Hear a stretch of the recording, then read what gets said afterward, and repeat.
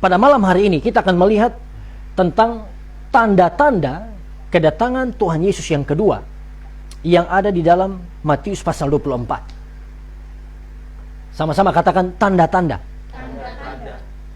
Signs, tanda-tanda yang akan terjadi menjelang kedatangan Tuhan Yesus yang kedua. Di dalam Matius 24, Bapak Ibu Saudara, Bapak Ibu bisa buka di Alkitab fisik Saudara ataupun Alkitab di HP. Matius pasal 24 ini berisi tentang khotbah Yesus, pengajaran Yesus, nubuatan-nubuatan yang tentang peristiwa atau hal-hal yang akan terjadi menjelang kedatangan Tuhan yang kedua. Dan ada juga perumpamaan di dalamnya. Dan kita akan lihat bersama-sama mulai dari ayatnya yang ke-3. Kita baca bersama-sama sampai ayatnya yang ke-8 dulu. Matius 24 ayat 3 sampai ayat 8. Bapak Ibu di rumah bisa buka dan kita baca bersama-sama di hitungan yang ketiga. 1, 2, 3. Ketika Yesus duduk di atas bukit Zaitun, datanglah murid-muridnya kepadanya untuk bercakap-cakap sendirian dengan dia. Kata mereka, katakanlah kepada kami, bila manakah itu akan terjadi, dan apakah tanda kedatanganmu dan tanda kesudahan dunia?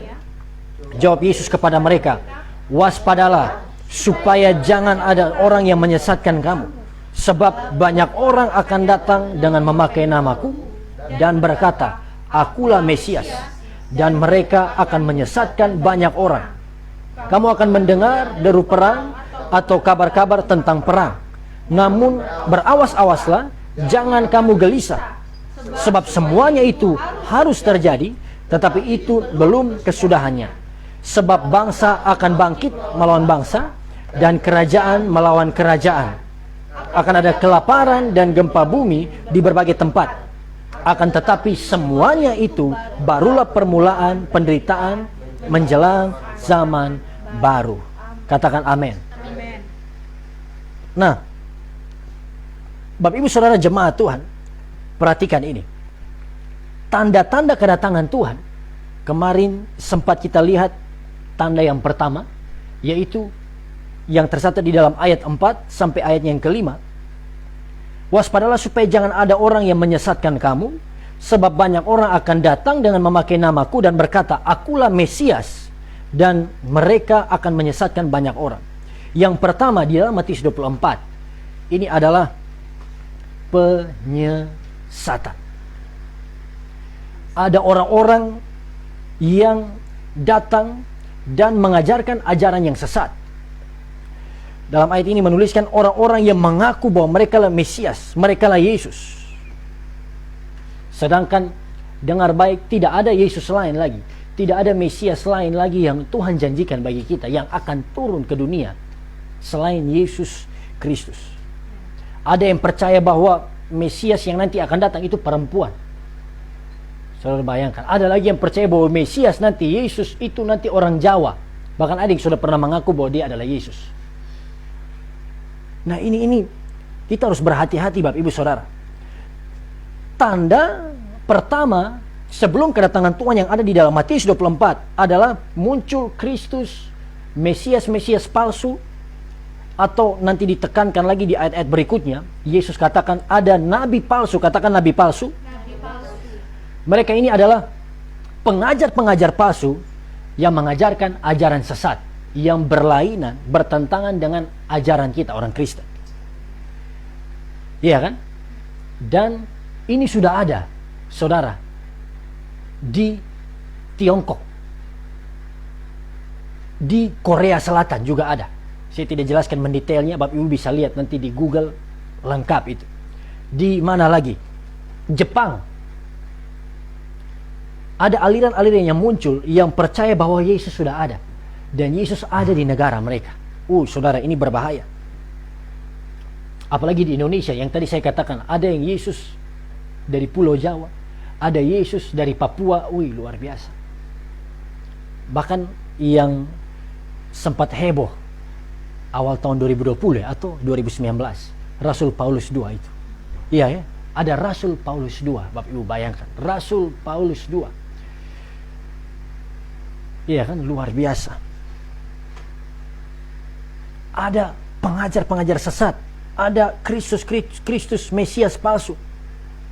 Dan saudara, saya akan sampaikan bagi setiap kita beberapa saja ajaran-ajaran sesat yang mulai berkembang, yang kalau kita tidak pahami dengan baik, kalau kita tidak bertumbuh kuat di dalam Yesus, kita sangat mudah terpengaruh. Kita sangat mudah ditipu oleh pengajaran sesat ini. Salah satunya yang berkembang adalah teologi prosperity. Saudara perhatikan, yaitu teologi kemakmuran. Apa yang ditekankan oleh pengajar-pengajar teologi prosperity ini? Semuanya, perhatikan, ayat-ayat Alkitab, kehendak Tuhan, bahkan firman-firman Tuhan yang mereka khotbahkan, semuanya berpusat kepada keberhasilan diri kita, diri saya. Supaya saya diberkati, ya kan? Supaya saya kaya raya. Ikut Tuhan berarti saya pasti kaya raya. Kalau kita tidak kaya raya ikut Tuhan, there is something wrong, ada yang salah dengan kita. Ikut Tuhan pasti kita akan melimpah-limpah. Sehingga apa, saudara? Penekanan dari hamba-hamba Tuhan ini adalah tentang kemakmuran, adalah tentang keberhasilan, kemakmuran kita di dunia ini. Sehingga saudara akan lihat khotbah-khotbah mereka setiap minggu, iya kan? Bahkan mungkin di ibadah-ibadah kategori yang lain pun, khotbahnya hanya melulu tentang berkat, hanya tentang keberhasilan kita manusia, hanya tentang promosi, hanya tentang apa lagi? Pemuasan keinginan kita sebagai manusia. Tanpa kita sadari, khotbah-khotbah seperti ini sedang memupuk keinginan daging, betul kan? Jadi bukan kita diciptakan untuk Tuhan, tetapi Tuhan ada seperti jin. Dalam nama Yesus, Tuhan berkati saya supaya kaya. Dalam nama Yesus, Tuhan sembuhkan saya. Dalam nama Yesus, Tuhan apalagi tolong saya. Tuhan ada untuk saya, Tuhan ada untuk kita, bukan kita untuk Tuhan. Hati-hati. Perhatikan ini. Ada lagi pengajaran-pengajaran yang sesat, yaitu yang sudah terkenal juga sekarang orang-orang tahu dengan istilah hyper grace.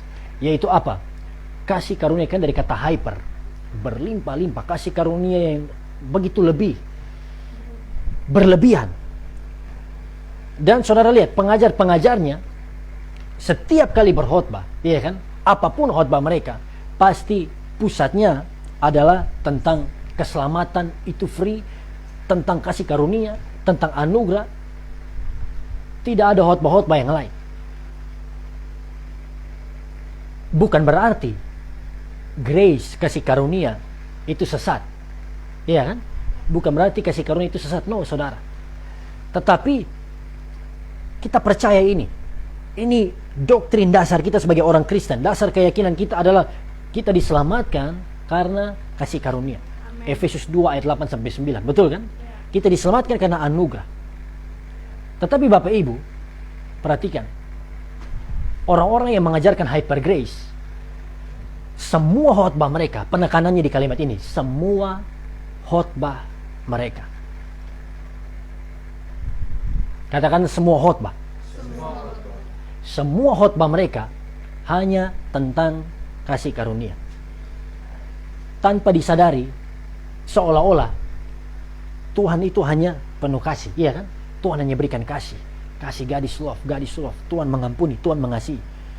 Ini akan menghasilkan anak-anak Tuhan, orang-orang Kristen yang manja, orang-orang Kristen yang tidak bertumbuh dewasa. Amin. Kenapa? Semua Tuhan sayang kita, Tuhan peduli kita, dan itu betul. Saudara, Tuhan betul mengasihi kita. Amin. Tuhan betul mencintai kita. Tetapi kalau kita hanya belajar soal kasih dan anugerah Tuhan tanpa dibarengi dengan pertumbuhan iman, kedewasaan, karakter serupa dengan Kristus, maka tadi saya katakan, anak-anak Tuhan, orang-orang Kristen akan bertumbuh menjadi orang-orang Kristen manja. Sama-sama bilang manja. Harapan mereka adalah Tuhan mengampuni, Tuhan mengasihi, Tuhan memberkati. Akibatnya apa? Begitu ada tantangan, begitu ada masalah, mudah tawar hati, mudah tinggalkan Yesus. Dampak buruk lainnya apa? Karena Tuhan selalu mengasihi, akibatnya apa? Mau buat dosa pun, ya kan? Mau buat zina pun, mau hidup dalam percabulan pun, Tuhan pasti akan ampuni. Nah, saudara dengar baik, ini penyesatan yang luar biasa sedang terjadi pada hari-hari ini. Amin. Perhatikan ini.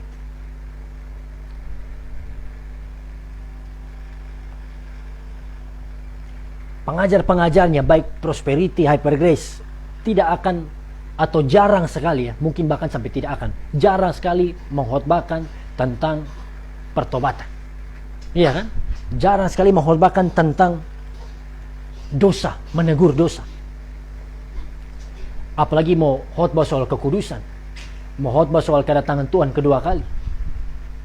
Yang dikhotbahkan hanya apa? Anugerah, anugerah, kasih karunia, kasih karunia. Saudara hati-hati ini. Perhatikan, bukan berarti kasih karunia berdosa. Pengajaran soal kasih karunia berdosa. Amin. Tapi kalau tidak seimbang, tidak dibarengi dengan pertumbuhan dan pertobatan, maka kita tidak akan pernah menjadi orang-orang Kristen yang dewasa. Amin. Ini kita harus buang. Sebaliknya saudara, ada juga pengajaran-pengajaran orang-orang yang menekankan bahwa keselamatan itu kita terima oleh karena perbuatan baik. Iya kan? Kita bisa diselamatkan kalau kita beribadah, kalau kita beramal, kalau kita punya kebajikan yang banyak, baru kita diselamatkan. Ini pun juga sesat. Karena kita diselamatkan bukan karena perbuatan baik. Sebaliknya, kita berbuat baik karena kita sudah diselamatkan. Katakan amin.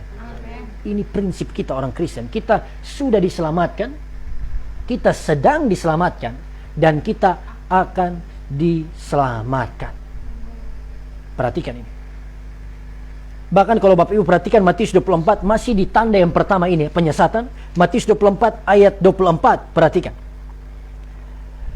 Kita baca sama-sama Matius 24 ayat 24, hitungan yang ketiga, 1, 2, 3. Sebab Mesias-Mesias palsu dan nabi-nabi palsu akan muncul, dan mereka akan mengadakan tanda-tanda yang dahsyat dan mujizat-mujizat, sehingga sekiranya mungkin mereka menyesatkan orang-orang pilihan juga. Penyesatan nabi-nabi palsu, Yesus tekankan di ayat 24 ini, yang akan mereka lakukan adalah mengadakan tanda-tanda yang dahsyat. Perhatikan, tanda-tanda yang dahsyat, mujizat-mujizat, sehingga sekiranya mungkin mereka menyesatkan orang-orang pilihan juga. Saya percaya ini bukan sebuah kebetulan Yesus katakan. Iya kan? Karena kalau ada seseorang tampil, lalu lewat pelayanannya ada tanda-tanda ajaib, lewat pelayanannya ada kesembuhan, ada mujizat, orang akan begitu mudah percaya. Perhatikan ini, orang akan begitu mudah terpikat dan mengikuti ajarannya. Tapi saya klarifikasi, saya clearkan lagi. Bukan berarti bahwa semua yang melakukan mujizat, semua pendeta yang melakukan mujizat sudah pasti sesat. No. Ya kan? Mujizat masih ada sampai hari ini, katakan amin. Kesembuhan ilahi masih ada sampai hari ini. Saya alami itu. Kita alami itu. Tetapi yang dimaksudkan dengan Mesias-Mesias, nabi-nabi palsu di sini adalah waktu mereka melakukan mujizat luar biasa, sakit, lumpuh berjalan, buta melihat, bisu berbicara, kecil pisatu. Apalagi bahkan mati dibangkitkan. Tanda-tanda mereka lakukan. Tapi yang berikut, mereka mulai mengajarkan pengajaran yang sesat, yang berlainan dengan keyakinan kita orang Kristen. Mereka mulai ajarkan pada kita, berdoa jangan panggil Yesus, berdoa harus panggil Yahweh. Oh saudara, hati-hati. Berdoa harus panggil Yehova. Yudaisme mulai masuk. Berdoa harus pakai bahasa Ibrani. Iya kan? Apa bahasa Ibrani? Mak di ketara-tara, bukan. Itu bahasa sabu. Berdoa harus pakai bahasa Ibrani, harus pakai bahasa Yunani. Bapak Ibu perhatikan.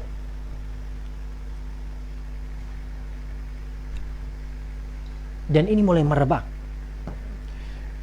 Seseorang bisa melakukan tanda ajaib, tanda mujizat, tetapi ketika ajarannya menyimpang dari ajaran Kristen, ajaran Alkitabiah, apalagi dia membujuk kita, dia menggoda kita untuk menyembah Tuhan yang lain selain Tuhan Yesus Kristus, maka sudah dipastikan ini adalah nabi palsu. Orang itu adalah nabi palsu. Amin. Perhatikan baik. Dan ini sedang terjadi hari-hari ini, betul kan? Ini sedang digenapi. Dan ini tanda-tanda yang akan terjadi sebelum kedatangan Tuhan yang kedua kali. Yang berikut, apa tanda yang berikut? Dalam ayatnya yang ke-6, Matius 24 ayat 6, kita baca sampai ayatnya yang ke-8, atau tadi sudah dibacakan, saya bacakan sekali lagi untuk Bapak Ibu perhatikan. Kamu akan mendengar deru perang atau kabar-kabar tentang perang, namun berawas-awaslah, jangan kamu gelisah, sebab semuanya itu harus terjadi, tetapi itu belum kesudahannya. Tanda yang berikut adalah terjadi peperangan. Katakan peperangan. Bukan perang dalam skala kecil saja, perang suku, iya kan? Tetapi ini perang dalam skala besar. Oleh sebab itu generasi opa-oma kita, kakek nenek kita, mereka melihat 2 kali perang dunia. Yang pertama, perang dunia pertama, perang dunia 1 pada tahun 1914 sampai 1918. Bapak Ibu, perang dunia pertama memakan korban kurang lebih 39 juta jiwa. 39 juta jiwa, baik dari 2 pihak yang berperang. Kemudian perang dunia kedua lagi tahun 1939 sampai 1945 yang dicetus oleh Hitler sendiri. Korban jiwa dari perang dunia kedua sekitar 62, ya kan, antara 62 sampai 67 juta jiwa. Makin bertambah, iya kan. Belum lagi ada perang proksi. Kemudian ada perang Irak, perang di Timur Tengah. Di awal tahun 2020, Bapak Ibu perhatikan, sempat heboh. Iya kan? Perang Amerika lawan apa itu? Palestina. Apa? Iya kan? Awal 2020 yang rudal. Amerika balas dengan rudal. Iran, sorry. Iran balas dengan rudal karena Amerika menembak salah satu komandan mereka, jenderal mereka. Hampir heboh, tapi kemudian ditutup dengan COVID-19 sampai hari ini, dan sampai waktu yang kita belum tahu kapan. Dan sudah heboh-heboh juga akan ada perang dunia ketiga. Bapak Ibu, peperangan sudah dan sedang terjadi dan nanti akan terjadi dengan skala yang lebih hebat lagi. Saudara jangan berkata, oh kita Indonesia negara non-blok, kita negara aman. No. Kalau perang dunia ketiga terjadi, kita pun terpaksa harus memilih pihak. Iya kan? Kita mau ada di pihak yang mana? Dan itu adalah tanda-tanda dari kedatangan Tuhan yang kedua kali. Perhatikan ini. Secara cepat ayatnya yang ke-9. Ayat 8 mengatakan seperti ini. Akan tetapi semuanya itu barulah permulaan penderitaan menjelang zaman baru. Semua itu adalah permulaan penderitaan menjelang zaman baru. Ayat 9, pada waktu itu kamu akan diserahkan supaya disiksa, dan kamu akan dibunuh dan akan dibenci semua bangsa oleh karena namaku. Dan banyak orang akan murtad dan mereka akan saling menyerahkan dan saling membenci. Bapak Ibu perhatikan ini. Tanda berikutnya adalah orang-orang Kristen akan ditangkap dan dianiaya. Akan terjadi persekusi terhadap orang-orang percaya. Dan ini sudah terjadi sejak gereja mula-mula, zaman pertengahan, bahkan sampai hari-hari ini. Daerah Cina, orang-orang Kristen di Cina, di daerah komunis, untuk beribadah saja saudara begitu sulit, iya kan? Alkitab saja secara fisik mereka tidak bisa pegang.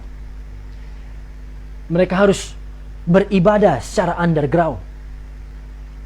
Tidak bisa bebas seperti kita di Indonesia. Dan ini akan terus meningkat. Penyiksaan terhadap orang-orang Kristen di seluruh dunia. Di Indonesia juga pernah terjadi, betul kan? Di daerah-daerah minoritas. Daerah di mana kita Kristen minoritas, gereja ditutup. Pendeta ditangkap, dianiaya. Terjadi terus-menerus. Karena apa? Yesus sudah nubuatkan. Inilah tanda menjelang kedatangannya. Yang berikut ayat 11, banyak nabi palsu akan muncul dan menyesatkan banyak orang. Tadi saya sudah jelaskan ya, panjang lebar soal nabi palsu. Lalu ayat 12, sama-sama baca. Dan karena makin bertambahnya kedurhakaan, maka kasih kebanyakan orang akan menjadi dingin. Saudara, dalam terjemahan firman Allah yang hidup, FAYH, dipakai kalimat seperti ini. Di mana-mana dosa akan merajalela. Apa? Di mana-mana dosa akan merajalela. Saudara perhatikan, hari-hari ini tingkat kriminalitas di seluruh dunia semakin bertambah. Iya kan? Hampir setiap hari kita dengar berita pembunuhan, suami bisa bunuh istri, istri bisa bunuh suami, orang tua bisa bunuh anak. Berita beberapa bulan yang lalu, bapak bunuh anaknya sendiri lalu disembunyikan, dikubur di dalam selokan, di dalam parit. Laki-laki bisa bunuh PSK di kamar mereka. Iya kan?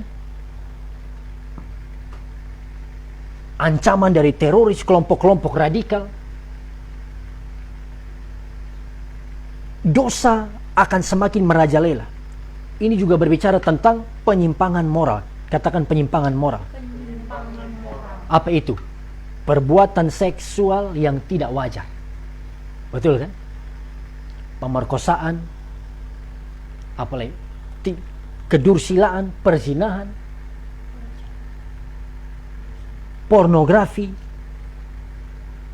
Saudara lihat, zaman dulu sepertinya ya, moral, iya kan, nilai-nilai dari orang-orang tua kita itu begitu berbeda jauh dengan zaman kita. Zaman sekarang, saudara, orang bisa ciuman di pinggir jalan. Bahkan orang bisa berbuat mesum di depan publik, lalu merekamnya. Perhatikan ini. Penyimpangan moral yang terjadi, hubungan seks sesama jenis, yang lagi heboh lagi sekarang. Di Amerika sudah dari tahun berapa itu dilegalkan. Aborsi zaman Presiden Obama sudah dilegalkan. Sekarang di Indonesia lagi heboh lagi. LGBT. Dulu mereka mungkin tidak ada suara, ada, tapi begitu kecil. Sekarang mereka menang sehingga di Amerika disahkan itu. Tapi kita berdoa di Indonesia, hukum Indonesia harus terus sesuai dengan Alkitab. Amin. Perhatikan. Penyimpangan moral yang begitu luar biasa. Orang-orang yang dikuasai hawa nafsu menunjukkan diri, menyatakan diri mereka di depan umum, menggenapi nubuatan dari Tuhan Yesus. Di mana-mana dosa akan merajalela. Sampai kita akan bingung. Saudara buka di sosial media hari-hari ini, di Instagram, iya kan? Saudara buka kalau di Instagram yang tombol search itu apa? Explore ya. Kalau di IG itu icon search, saudara bisa buka di explore segala macam, mau orang-orang yang pakaiannya lengkap, iya kan, di IG, atau orang-orang yang pakaiannya jahitannya belum lengkap. TikTok, saudara lihat semua jenis goyangan, mulai dari goyangan kudus sampai goyangan kudis, semua ada di situ. Dosa ada di mana-mana. Iya kan, kalau dulu orang-orang mau nonton film porno mungkin harus di sinema, iya kan, di tempat khusus zaman-zaman orang tua kita. Pakai kaset dan itu sangat terbatas, sulit. Sekarang ada di ujung jari kita, di handphone kita. Perhatikan ini. Tapi saya berdoa, saya percaya semua Bapak Ibu yang nonton live streaming ini, saudara-saudari, semuanya hidup kudus. Amin. Lalu ada yang omong di rumah, Pak Pendeta son tahu. Tidak apa-apa saudara. Ini kata-kata iman. Amin. Tuhan sanggup mengubah. Tuhan sanggup mengampuni kita dan mengubah kita untuk jadi orang percaya yang kudus dan berkenan di hadapan Tuhan. Yesus katakan bahwa akhir zaman, Matius 24 ayat 37, akan kembali seperti zaman Nuh. Iya kan? Mereka makan minum, kawin mengawinkan, mereka tidak sadar sampai hari ketika Nuh dan keluarganya masuk ke dalam batanya. Bahkan Kejadian pasal 6 mencatat bahwa kecenderungan hati dari manusia hanyalah kejahatan. Dan ini sedang terjadi lagi pada hari ini. Orang-orang tidak tahu mana yang baik, mana yang buruk. Yang buruk yang jahat dikatakan baik, yang baik dikatakan jahat. 2 Timotius 3. Iya kan? Hari-hari terakhir, nubuatan dari Paulus. Hari-hari yang sukar. Manusia akan mencintai diri sendiri, jadi hamba uang, tidak mempedulikan agama. Listnya saudara bisa baca di situ. Sedang digenapi pada hari-hari ini. Artinya apa? Kalau tanda-tanda sudah digenapi, kedatangan Tuhan sudah sangat dekat. Bahkan penulis Alkitab mengatakan sudah diambang pintu. Secara cepat sebelum kita mengakhiri, dalam ayatnya yang ke-13 sampai ayat 14, sama-sama kita baca. Tetapi orang yang bertahan sampai pada kesudahannya akan selamat. Dan Injil kerajaan ini akan diberitakan di seluruh dunia menjadi kesaksian bagi semua bangsa. Sesudah itu barulah tiba kesudahannya. Tanda-tanda yang berikut adalah, saudara, waktu saya renungkan ayat-ayat ini, tanda-tanda berikutnya adalah gencarnya hamba-hamba Tuhan untuk melayani dan menjangkau jiwa di seluruh dunia. Amin. Saudara lihat hari-hari ini, berapa banyak hamba-hamba Tuhan, interdenominasi, tidak satu organisasi, tapi berkumpul, mengadakan persekutuan interdenominasi, ya kan, berkolaborasi, melakukan persekutuan oikumene, lalu menjangkau jiwa, melayani, melakukan pelayanan kasih, menginjil, baik secara live di desa-desa, di kampung-kampung, maupun melalui live streaming, melalui platform online. Seluruh dunia dengarkan Injil. Begitu mudah sekarang dengan teknologi. Karena apa? Tanda-tanda ini sedang digenapi. Amen. Saya pernah baca satu artikel bahwa sudah tersisa mungkin berapa suku saja? 30-an ya? 30-an ya, 30 suku di dunia, 35 suku di dunia yang belum terima Injil. Di Indonesia saja. Tapi saudara, kita tidak tahu dari suku-suku yang belum terima Injil ini. Kemungkinan ada yang sudah dengar, tapi menolak. Lebih sedikit tentu yang belum pernah dengarkan Injil. Alkitab sudah diterjemahkan dalam berbagai bahasa di dunia. Firman ini sedang digenapi. Saudara perhatikan. Orang-orang Kristen, hamba-hamba Tuhan, sekarang begitu semangat. Roh Kudus gerakan untuk melayani. Saudara akan lihat live streaming seperti ini. Setiap malam ada hamba Tuhan yang setiap malam, setiap pagi, siang, bukan hanya di hari Minggu. Seperti apa? Tuhan sedang atur skenario-nya. Kedatangannya sudah sangat dekat. Sehingga hamba-hamba Tuhan kerja double shift. Ekstra, ya kan, ekstra keras pekerjaan hamba-hamba Tuhan, bukan hanya hari Minggu. Saudara buka sosial media, saudara bisa pilih mau hamba Tuhan siapa, Bapak Ibu bisa ikuti sekarang. Mau yang terkenal, yang belum terkenal, semua ada yang di Facebook ada, di YouTube ada, betul kan? Pilihan ada di tangan saudara. Artinya apa? Kedatangan Tuhan sudah sangat dekat.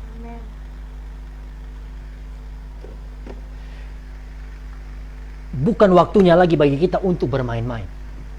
Amin. Bukan waktunya lagi bagi kita untuk kembali dalam dosa, melakukan hal-hal yang menyakiti hati Tuhan. Karena ketika Tuhan datang kedua kali, waktu Tuhan dapati kita tidak layak, kita akan ketinggalan. Dan kita akan masuk ke dalam masa antikris. Saudara, saya tidak tahu kenapa beberapa hari terakhir ini saya terus digerakkan Tuhan untuk mengingat tentang hal-hal ini, ayat-ayat ini. Kedatangan Tuhan, kedatangan Tuhan, kedatangan Tuhan. Bukan berarti saya sedang tentukan waktu ya. 1 Januari 2021 Yesus datang. Bukan. Itu sesat. Karena waktu kedatangan Tuhan tidak ada yang tahu. Tetapi tanda-tandanya kita tahu dan sudah digenapi. Saya ingin akhiri Bapak Ibu Saudara dalam bagian yang kedua malam hari ini. Besok kita akan lanjutkan bagian terakhir tentang what should we do. Apa yang harus kita lakukan sesudah kita tahu tanda-tanda ini. Itu dibahas dalam live streaming doa malam besok. Tapi malam hari ini di bagian yang kedua ini, di akhir dari tanda-tanda ini, saya mengajak setiap kita untuk renungkan kehidupan kita. Saudara, COVID-19, katakan COVID-19, juga adalah salah satu tanda yang sedang terjadi, yang sedang digenapi menjelang kedatangan Tuhan. Ya, karena apa? Dengan COVID-19 sudah banyak teori-teori orang-orang yang memprediksi. Artikel-artikel mengatakan bahwa ini yang akan jadi pintu masuk celah untuk chip antikris diterapkan di seluruh dunia. Dan chip ini, inilah chip 666 di dalam kitab Wahyu. Waktu kita terima chip ini, kita terima tanda ini, kita dimeteraikan jadi milik iblis. Kita tidak akan bisa diselamatkan. Makanya Bapak Ibu dengar baik, apapun yang terjadi, doa saya, tentu saya katakan dengan iman, tidak ada di antara kita yang ketinggalan. Amin. Tapi kalau ada pun yang ketinggalan, jangan sampai saudara terima chip ini. Karena apa? Ini, waktu saudara terima, saudara akan masuk ke dalam kebinasaan, neraka yang kekal. Tapi bertahan, ayat yang tadi kita baca, orang yang bertahan sampai pada kesudahannya akan selamat. Amin.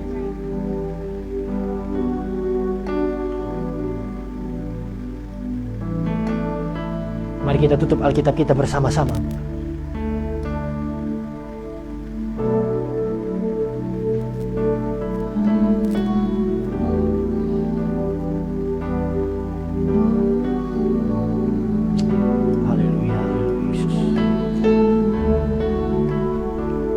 Bapak Ibu yang sudah dengarkan firman Tuhan, saudara yang masih bermain-main dalam hidupmu, saudara yang mungkin tidak sadar bahwa sains, tanda-tanda kedatangan Yesus sedang digenapi dan sudah digenapi. Dengar baik, malam hari ini Tuhan bicara bagi setiap kita. Siapkan diri, berbalik pada Tuhan, bertobat dari setiap sikap hati, perbuatan-perbuatan jahat yang membuat kita tidak berkenan. Karena kita tidak pernah tahu kapan dia datang. Bisa malam ini, bisa besok, bisa minggu ini, bisa akhir tahun ini, kita tidak tahu. Tapi tanda-tanda sudah digenapi.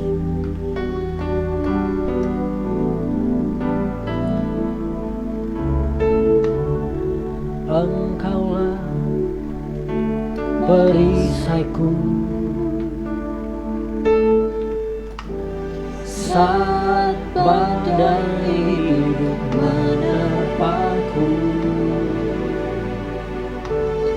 Janjimu di dalamku, tenangkan jiwaku. Katakan, engkaulah perisaiku. Engkaulah perisaiku saat badai hidup menerpaku. Janjimu di dalamku, tenangkan jiwaku. Angkat tangan saudara, katakan, berdiri di tengah badai.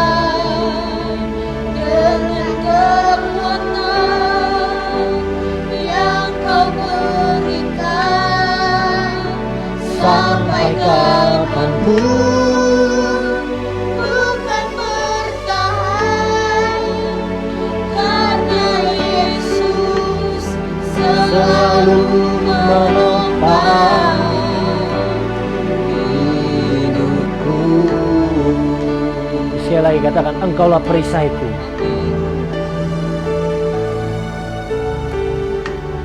Engkaulah perisaiku.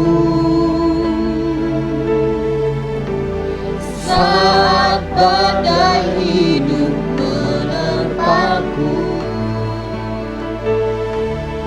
janjimu di dalamku.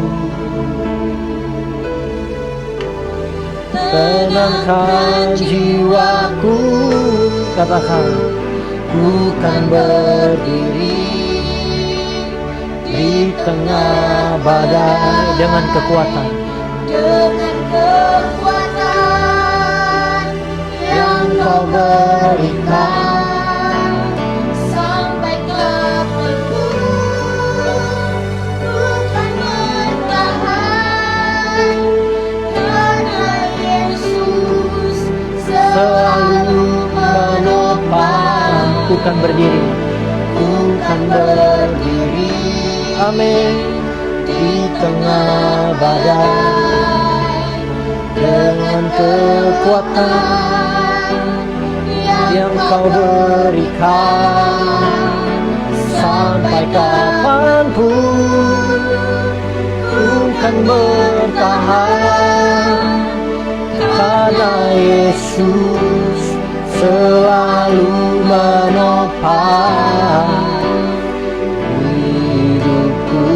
Katakan, ku kan berdiri, ku kan berdiri di tengah badai, amin, dengan kekuatan yang Kau berikan. Sampai kapanpun ku kan bertahan, karena Yesus selalu menopang. Ku kan berdiri, ku kan berdiri, amin, di tengah badai, haleluya, dengan kekuatan yang Kau berikan. sampai kapanpun ku kan bertahan, karena Yesus selalu menolong.